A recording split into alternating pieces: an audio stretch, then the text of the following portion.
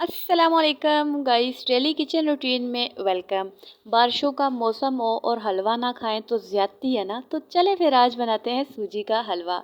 यहाँ पर मैंने 1 कप सूजी को भिगो कर रख दिया है और 1 ही कप मैंने घी का भी लिया है। आप ऑयल भी ले सकते हैं, लेकिन हलवा और इस तरह की चीज़ें जो है ना घी में अच्छी बनती हैं।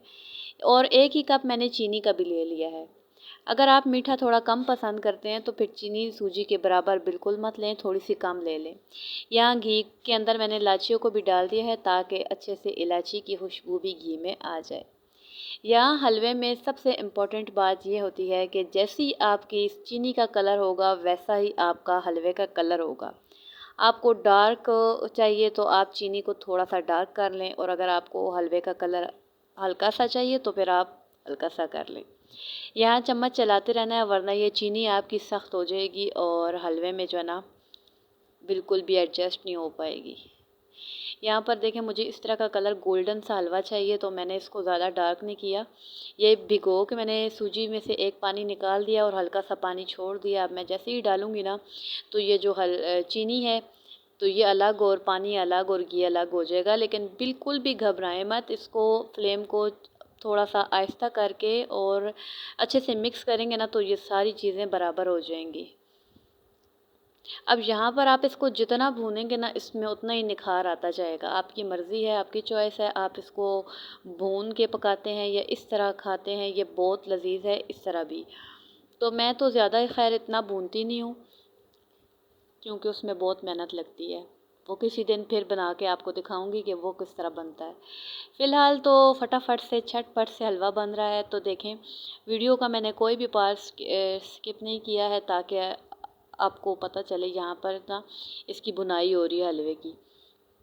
जब तक घी बाहर निकलता रहेगा हम इसको भूनते रहेंगे और एक टाइम आएगा कि जब ये चिपकने लग जाएगी, इसका मतलब है कि अब हलवा बिल्कुल तैयार है। अब देखें, इसका कलर बिल्कुल एक जैसा हो गया, सारी सूजी का और चीनी और सारी चीज़ें बीच में मिक्स हो गई हैं इसके। तो अब यहाँ पर आपके पास जो ड्राई फ्रूट हैं आप वो डाल लें,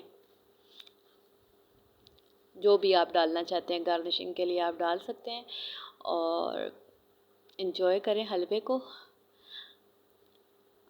अच्छा, यहाँ पर मैं कहने लगी थी कि आप चाय के साथ एंजॉय करें, लेकिन चाय के साथ अगर हलवा खाएं ना तो चाय का टेस्ट बिल्कुल चला जाता है।